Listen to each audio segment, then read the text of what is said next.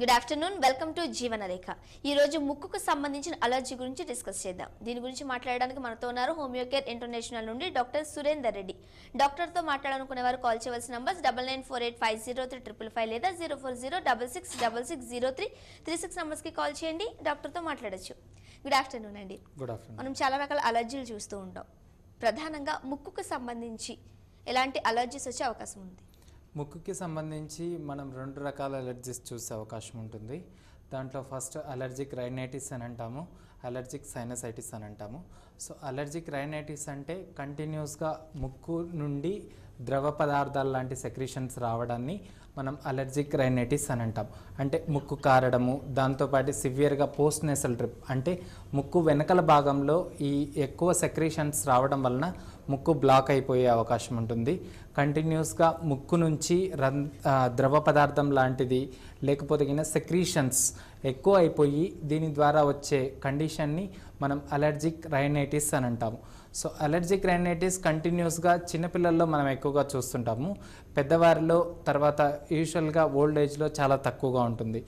చిన్నపిల్లల్లో మనం ఎక్కువగా చూసే కండిషన్స్లో అలర్జిక్ రైనైటిస్ వలన ఎక్కువగా ఈ ముక్కు కారడం లాంటిది లేకపోతే ఈ చలికాలం వింటర్ సీజన్స్లలో మనం ఎక్కువగా ఈ ముక్కు కారే సమస్యని ఎక్కువగా ప్రధానంగా తీసుకుంటాము.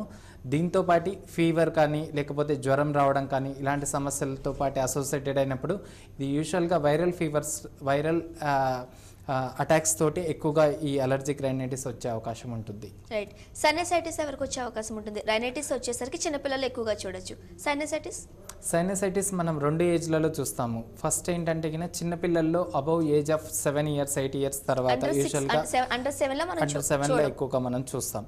యూజువల్గా ఏంటంటే అబౌవ్ 6-7 years తర్వాత యూజువల్గా ఈ ఫ్రాంటల్ సైనస్, ఇథ్మాయిడల్ అంటే 4 types ఆఫ్ సైనస్ ఉండడం అనేది జరుగుతుంది. సో ఫస్ట్ అనేది ఫ్రాంటల్ సైనస్ అని అంటాము. సో ఇది నుదుటి మీద ఉంటుంది. రెండవది మ్యాక్సిలరీ సైనసైటిస్ అంటారు, 2 బుగ్గల దగ్గర ఉంటుంది. మూడవది ఇథ్మాయిడల్ సైనస్ అనేది 2 కనుబొమ్మల మధ్యలో ఉంటుంది. స్పినాయిడల్ సైనస్ అని లోపల స్కల్లో ఉంటుంది. సో దీంట్లో ఏమవుతుందంటే ఇవి సన్నటి రంధ్రాలు. సో ఈ సన్నటి రంధ్రాల వలన మనకు లోపల ఉన్న ఎయిర్ ప్యాసేజెస్ని బ్యాలెన్స్ చేస్తూ లోపలికి ఇన్ఫెక్షన్ పాకకుండా మనకు నార్మల్ బ్రీదింగ్ రావడానికి ఈ సైనస్లు అనేటివి ఉపయోగపడతాయి. యూజువల్గా దీనిలోకి వచ్చే ఇన్ఫెక్షన్స్ని మనం సైనసైటిస్గా పరిగణిస్తాం. రైట్. కుమార్ ఉన్నారు. కుమార్ గారు, I just want to know whether is there any permanent solution for this rhinitis? Rhinitis కి కామన్ సొల్యూషన్ ఏంటి అని అడుగుతున్నారు. యూజువల్గా మనం ఎక్కువగా చూసే రైనైటిస్లో యూజువల్గా ఈ వింటర్ సీజన్లో ఎక్కువగా అగ్రవేషన్ వచ్చే అవకాశం ఉంటుంది. సో మ్యాక్సిమం ఏం చేయాలంటే చిన్నపిల్లల్లో ఎక్కువగా ఈ కోల్డ్ సీజన్లో ఎక్కువగా బయట తిప్పడము, తర్వాత కోల్డ్ ఫుడ్స్కి, కోల్డ్ థింగ్స్కి, కోల్డ్ ఐస్ క్రీమ్స్కి ఎక్కువగా ఎక్స్పోజ్ కానివ్వకుండా పిల్లల్ని చాలా వరకు జాగ్రత్తగా చూసుకోవడం లాంటివి ఈ అలర్జిక్ రైనైటిస్ సమస్యల్లో మనం ఎక్కువగా చూస్తాము. దీనికి యూజువల్గా ప్రివెంటివ్ మెడిసిన్గా if they are expose to అంటే ఒకసారి ఎక్స్పోజ్ అవుతూ రిపీటెడ్గా ఉన్న క్లైమేట్స్లలో మనం ఏం చేయలేని కండిషన్స్లో చాలా వరకు హోమియోపతి మెడిసిన్స్ ద్వారా ఈ అలర్జిక్ సమస్య వలన ముఖ్యంగా హిస్టమిన్ అనే సెక్రీషన్స్ హార్మోన్స్ లాగా రిలీజ్ అవ్వడం అనేది జరుగుతుంది.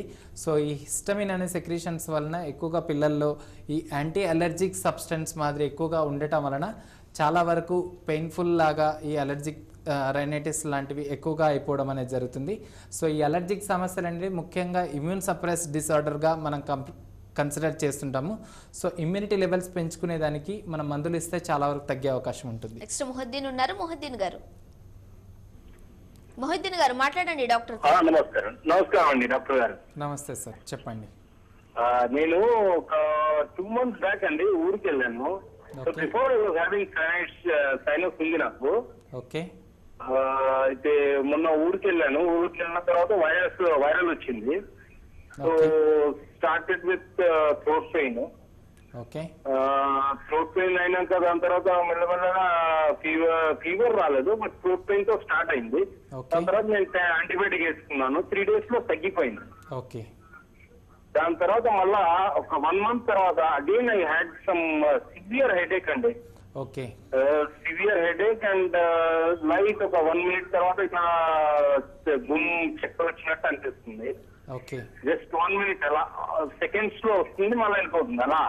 అయితే మొన్న ఒకసారి ఒక డాక్టర్ ఉన్నారు, మీకు సైనస్ ఉందేమో ఒకసారి సైనస్ చూయించుకో అన్నాడు. ఓకే సో నేను అప్పటి నుంచి ఇక యాంటీ ఫంగల్ వేసుకుంటున్నాను కదా. యాంటీబయాటిక్ ఆల్రెడీ దాని తర్వాత మళ్ళీ 10 days వాడాను.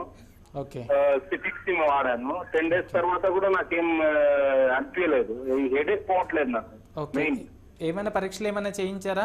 ఎక్స్రే లాంటిది కానీ ఏం లేకపోతే సిటీ చేయించలేదండి, ఏం చేయించలేదు. ఓకే ఇప్పటివరకు సార్, ఏం ఒకసారి సిటీ స్కాన్ ఆఫ్ పిఎన్ఎస్ అని చేస్తారు, పారానేసల్ sinuses. So x ray of PNS అని చేస్తారు, ఒకసారి ఎక్స్రే ఆఫ్ పిఎన్ఎస్, దాంతోపాటు సిబిపిఎస్ఆర్, తర్వాత సిటీ స్కాన్ ఆఫ్ పిఎన్ఎస్ అని చేస్తారు, పారానేసల్ సైనసస్. సో దీంట్లో ఏంటంటే కనుక మనకు సైనస్ ఇన్ఫెక్షన్ ఎంతవరకు ఉంది అనేది మనకు తెలుస్తుంది. సో దాంతోపాటు ఇంకా అదర్ ఇన్ఫెక్షన్స్ ఏమైనా ఉన్నాయి అనేది సిబిపిఎస్ఆర్లో మనకు గ్రాడ్యువల్గా తెలిసిపోతుంది. ఒకసారి రిపోర్ట్స్ చేయించి ఒకసారి హోమియోకేర్ ఇంటర్నేషనల్ తీసుకురండి. డెఫినెట్గా దీంట్లో ఏంటంటే కనుక ఆల్రెడీ మీరు ఇంతకుముందు వైరల్ ఇన్ఫెక్షన్స్కి, తర్వాత బ్యాక్టీరియల్ ఇన్ఫెక్షన్స్కి ఆల్రెడీ అలోపతిక్ మెడిసిన్స్ యూస్ చేశానని అంటున్నారు. హోమియోపతి మెడిసిన్స్ తీసుకుంటే కనుక లైఫ్ లాంగ్ పర్మనెంట్గా సైనస్ ఇన్ఫెక్షన్ అనేది తగ్గించుకోవచ్చు. దీనివల్ల ఎటువంటి సైడ్ ఎఫెక్ట్స్ ఉండవు. నెక్స్ట్ చక్రధర్ ఉన్నారు. చక్రధర్ గారు చెప్పండి డాక్టర్తో. హలో, నమస్తే సార్, చెప్పండి. నమస్కారం సార్. నాకు గత లాస్ట్ మంత్ 3rd నుంచి నేను సైనస్ తో బాధపడుతున్నాను సార్. నేను ఓకే అయితే నేను ఎన్ని మందులు వాడాను కూడా, ఏంటి డాక్టర్ దగ్గరికి వెళ్ళాను, జనరల్ ఫిజిషియన్ కూడా వెళ్ళాను. ఓకే అయితే ఈ మాత్రము యాంటీబయాటిక్స్ తో తగ్గడం లేదు. ఓకే నా ముక్కు, నా కన్నుబొమ్మల మధ్యలో ఇంకో నెత్తిలో మొత్తం బ్లాక్ అయిపోయింది మొత్తము. అవును సార్, ఇది సైనసైటిస్ ఇన్ఫెక్షన్ వలన మొత్తం నెత్తిలో మొత్తం బ్లాక్ అయినట్టు ఉండడము, సివియర్గా తలనొప్పి ఉండడం అనేది ఫ్రాంటల్ సైనసైటిస్ లేకపోతే గిన మ్యాక్సిలరీ సైనసైటిస్లో ముఖ్యంగా మనం చూస్తాము. ఈ సైనసైటిస్లో ఏంటంటే గిన ఈ యూజువల్గా సర్జరీ సజెస్ట్ చేస్తారు. సర్జరీ వరకు వెళ్ళని అవసరం లేకుండా సింపుల్గా ఒక 3 months to 6 months అలా హోమియోపతి మందులు వాడుకుంటే గిన పర్మనెంట్గా సొల్యూషన్ అనేది ఉంటుంది. దీర్ఘకాలికంగా ఇది ఏమవుతుందంటే సైనస్ ఇన్ఫెక్షన్స్ వలన రిపీటెడ్గా ఫీవర్స్ రావడము, అంటే జ్వరం కలగ చేయడము, రెండవది సివియర్గా తలనొప్పి ఉండడం అనేది మనం ఎక్కువగా చూస్తాము. సో ఈ ఇన్ఫెక్షన్స్ రేట్ని వైరల్ ఇన్ఫెక్షన్స్ అనుకొని యూజువల్గా antibiotics way of treatment start చేస్తారు. ఒకసారి antibiotic way of treatment start చేసినా కొందరికి కంట్రోల్లోకి రాదు. సో దీనివలన ఏంటంటే గిన మన లోపల ఉన్న ఇమ్యూనిటీ లెవెల్స్ తగ్గించుకునేదే తప్ప వేరే ఆధారం ఉండదు. సో దీంట్లో ఏంటంటే గిన ప్రాపర్గా హోమియోపతి మెడికేషన్ 6 months నుంచి 8 months అలా తీసుకుంటే గిన చాలా వరకు కంప్లీట్గా తగ్గిపోయే అవకాశం ఉంటుంది. ఈ సైనస్ ఇన్ఫెక్షన్స్ని మళ్ళీ ప్రివెంట్ చేసుకునే దానికి 1 year లాగా సపోజ్ మెడిసిన్స్ తీసుకుంటే గిన చాలా వరకు తగ్గిపోయే అవకాశం ఉంటుంది. ఫ్యూచర్లో కూడా ఈ ఇన్ఫెక్షన్స్ అనేవి రాకుండా ఉండడానికి కూడా హోమియోపతిలో మంచి పరిష్కారం ఉంటుంది. ఒకసారి హోమియోకేర్ ఇంటర్నేషనల్ మీ పాత రిపోర్ట్స్ ఏమైనా ఉంటే గిన తీసుకొచ్చి చూయించుకోండి. నెక్స్ట్ మల్లికార్జునరావు లైన్లో ఉన్నారు. మల్లికార్జునరావు గారు. మల్లికార్జునరావు గారు హలో మేడం. చెప్పండి డాక్టర్తో ప్రాబ్లం ఏంటో. మేడం నాకు ప్రాబ్లం ఏంటంటే 15 సంవత్సరాల నుంచి మేడం చెప్పండి సార్. నమస్తే. 15 సంవత్సరాల నుంచి నాకు సైనస్ ఇక్కడ ముక్కు అంతా కూడా ఎప్పుడు గుద్దుగా రావటము, పోతే ఇది ఒకసారి సైనస్ అని చెప్పారు డాక్టర్ గారు. దీనికి ట్రీట్మెంట్ చేయించుకుందామని పోతే దానికి లెఫ్ట్ సైడ్ అండి ముక్కు దూల పెరిగిందని చెప్పేసి ఆపరేషన్ చేశారండి. ఓకే. అయినా కానీ ఆపరేషన్ చేసినా ముక్కు దూల ఇప్పటిలాగే మామూలుగానే పెరిగింది. ఓకే. వింటర్ సీజన్ వస్తే నాకు ప్రాబ్లం ఏంటంటే ముక్కు మొత్తం బిగించుకోవటము, వాటర్ గారటము, ఇట్లా ప్రాబ్లం గా ఉంటుంది.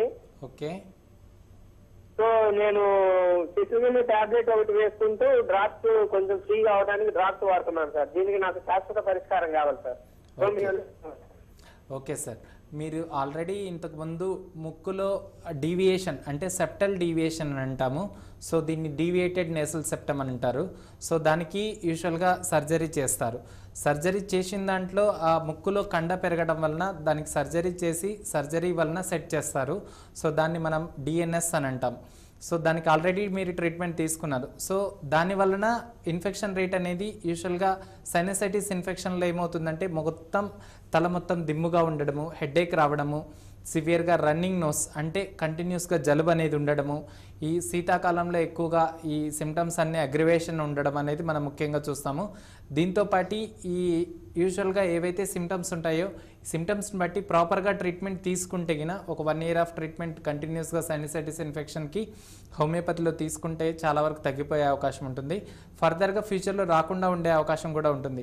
దీనికి యూజువల్గా మీరు ఆల్రెడీ చెప్తున్నారు ముక్కులు కంజెషన్ వస్తుంది, దానికి డ్రాప్స్ వేస్తున్నాను. సో డ్రాప్స్ వాడితే గిన కొంతవరకు రిలాక్సేషన్ ఉంటుంది, బట్ హోమియోపతి మందులు తీసుకుంటే గిన పర్మనెంట్గా సొల్యూషన్ అనేది ఉంటుంది. రైట్. సీజనల్కి సంబంధించి ఈ ముక్కు అలర్జీలు వచ్చే అవకాశం ఉంటుందా? కొంతమందిలో అన్ని కాలాల్లోనే మనం చూడొచ్చు, ఎందువల్ల అంటారు? యూజువల్గా మనం అన్ని కాలాల్లో సీజనల్ వైజ్ ఎక్కువగా మనం చూసే అవకాశం ఉంటుంది. సీజన్ వైజ్గా అలర్జిక్ రైనైటిస్, సైనసైటిస్ ఇన్ఫెక్షన్స్ అనేటివి మనం ఎక్కువగా చూస్తుంటాం. సో అలర్జిక్ రైనైటిస్ కానీ సైనసైటిస్ కానీ యూజువల్గా ఈ శీతాకాలంలోనే ఎక్కువగా వచ్చే అవకాశం ఉంటుంది. ఉన్న ప్రాబ్లం ఎక్కువ అవుతుందంటారా లేకపోతే యూజువల్గా ఉన్న ప్రాబ్లం ఎక్కువగా కనబడుతుంది. అంటే they are allergic to this allergic season అనమాట. సో హైపర్ సెన్సిటివిటీ, ఆ హైపర్ సెన్సిటివిటీ వింటర్ సీజన్లో మనకు ఎక్కువగా ఎక్స్పోజ్ అయ్యే అవకాశం ఉంటుంది. సో ఆ పర్సన్ ఏంటంటే రియాక్షన్ టు దట్ స్టిమ్యులస్ ఏమవుతుందంటే ఎక్కువగా ఇంటెన్సిటీ చూపించడం అనేది జరుగుతుంది. సో దాన్ని మనం ఎక్కువగా ఈ అలర్జిక్ కండిషన్స్లో ప్రాపర్గా ట్రీట్మెంట్ తీసుకుంటే ఈ అలర్జిక్ సమస్య చాలా వరకు తగ్గే అవకాశం ఉంటుంది. ఇదేమైనా హెరిడిటరీ ద్వారా వస్తుందంటారా లేకపోతే ఎందువల్ల వస్తుంది? యూజువల్గా కొంతమందిలో ఫ్యామిలీ హిస్టరీ ఆఫ్ ఇలా అలర్జిక్ సమస్యలు ఉన్నా కానీ, లేకపోతే ప్రీవియస్గా వాళ్ళ జెనెటిక్లో ఎవరికన్నా ఉన్నా కానీ ఒక్కొక్కసారి ట్రాన్స్మిట్ అయ్యే అవకాశం ఉంటుంది. లేదంటే యూజువల్గా ఇమ్యూన్ సప్రెస్డ్ డిసార్డర్స్లో ఎక్కువగా ఈ అలర్జిక్ సమస్య అనేది మనం ఎక్కువగా చూస్తాము. ఎందుకంటే ఇమ్యూనిటీ తక్కువగా ఉన్న వాళ్ళల్లో ఈ హిస్టమిన్ అనే సబ్స్టెన్స్ రిలీజ్ కావడం వలన ఎక్కువగా ఈ అలర్జెన్ ప్రోన్ ఎక్కువగా వచ్చే అవకాశం ఎక్కువగా ఉంటుంది. సైనసైటిస్ అంటున్నారు, రైనైటిస్ అంటున్నారు, లక్షణాలు ఎలా ఉంటాయి? రెండింటికి డిఫరెన్స్ ఏంటి? ఎక్కువగా మోస్ట్లీ ఏంటంటే రైనైటిస్ అంటే కంటిన్యూస్గా రన్నింగ్ నోస్ ఉంటుంది. సో దీన్ని మనం రైనైటిస్ అని అంటాం. దీంట్లో ఏంటంటే acute inflammation of only to the rhinitis, అంటే ఓన్లీ నేసల్ అలర్జిక్ వలన వచ్చే ముక్కు కారడం లాంటిది. ఎక్కువగా దీంట్లో సిమ్టమ్స్, బాధించే సిమ్టమ్స్ ఎక్కువగా ఉండవు. అందులోనూ ఇది యూజువల్గా ప్రొలాంగ్ అయ్యే అవకాశం కూడా ఎక్కువగా ఉండదు. సో అలర్జిక్ రైనైటిస్ అనేది చిన్నపిల్లల్లో యూజువల్గా ఈ శీతాకాలంలో ఎక్కువగా ఎక్స్పోజ్ అవ్వడం వలన మనకి సిమ్టమ్స్ అనేటివి తొందరగా బయటపడతాయి. దీంతోపాటు ఫీవర్ రావడము, కంటిన్యూస్గా ముక్కు కారడము చిన్నపిల్లల్లో చాలా ఎక్కువగా మనం చూస్తుంటాం. దీంతోపాటు ఏంటంటే వాళ్ళకు ఈ పోస్ట్ నేసల్ డ్రిప్ అంటే లోపల ఉన్న సెక్రీషన్స్ లోపలికి వెళ్ళడం వలన బ్రాంకోలైటిస్ కానీ, ఆస్పిరేషన్ కానీ ఇలాంటివి అయ్యే కూడా సమస్యలు ఎక్కువగా మనం చూస్తున్నాం. సో ఇవి ఏంటంటే ఈ సెక్రీషన్స్ అనేటివి ఒక్కొక్కసారి చెస్ట్లో ఇన్ఫెక్షన్ అయ్యే అవకాశం కూడా ఎక్కువగా ఉంటుంది. దీన్ని మనం బ్రాంకోలైటిస్ అని అంటాము. So it can be either అక్యూట్లో ఉండొచ్చు, లేకపోతే క్రానిక్గా కూడా సఫర్ అయ్యే అవకాశం ఎక్కువగా ఉంటుంది. సైనసైటిస్లో మనం 2 రకాలు చూస్తాం. సైనసైటిస్లో ఏంటంటే అక్యూట్ సైనసైటిస్ అని అనొచ్చు, లేకపోతే క్రానిక్ సైనసైటిస్ అని. అక్యూట్ సైనసైటిస్ ఏంటంటే మినిమం 3 months to 6 months లోపల కంప్లీట్గా రికవర్ అయ్యే ఛాన్సెస్ ఉంటాయి.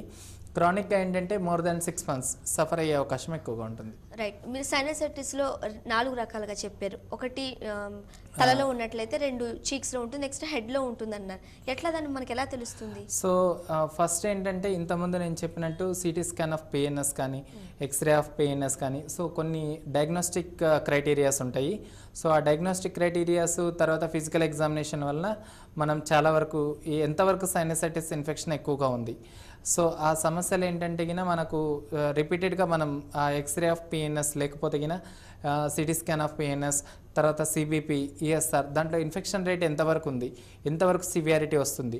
సో ఆ సివియారిటీని బట్టి మనం ఏ సైనసెస్ ఎక్కువగా ఇన్వాల్వ్ అయి ఉన్నాయి, సో ఎంతవరకు వీళ్ళు సఫర్ అవుతున్నారు, సో ఎంత శాతం వీళ్ళకి ఏ టైప్ ఆఫ్ ట్రీట్మెంట్ ఇవ్వాల్సి వస్తుంది అనేది మనం చూసుకొని దాని ప్రకారం ట్రీట్మెంట్ ఇస్తే కన్నా క్రానిక్గా మనం ఈ సైనసైటిస్ని కంప్లీట్గా తగ్గించుకునే అవకాశం ఉంటుంది. ఒక్కో సైనసైటిస్లో ఒక్కొక్క రకంగా ఉంటాయా లక్షణాలు, లేకపోతే అన్నిటికీ ఒకేలా ఉంటాయి?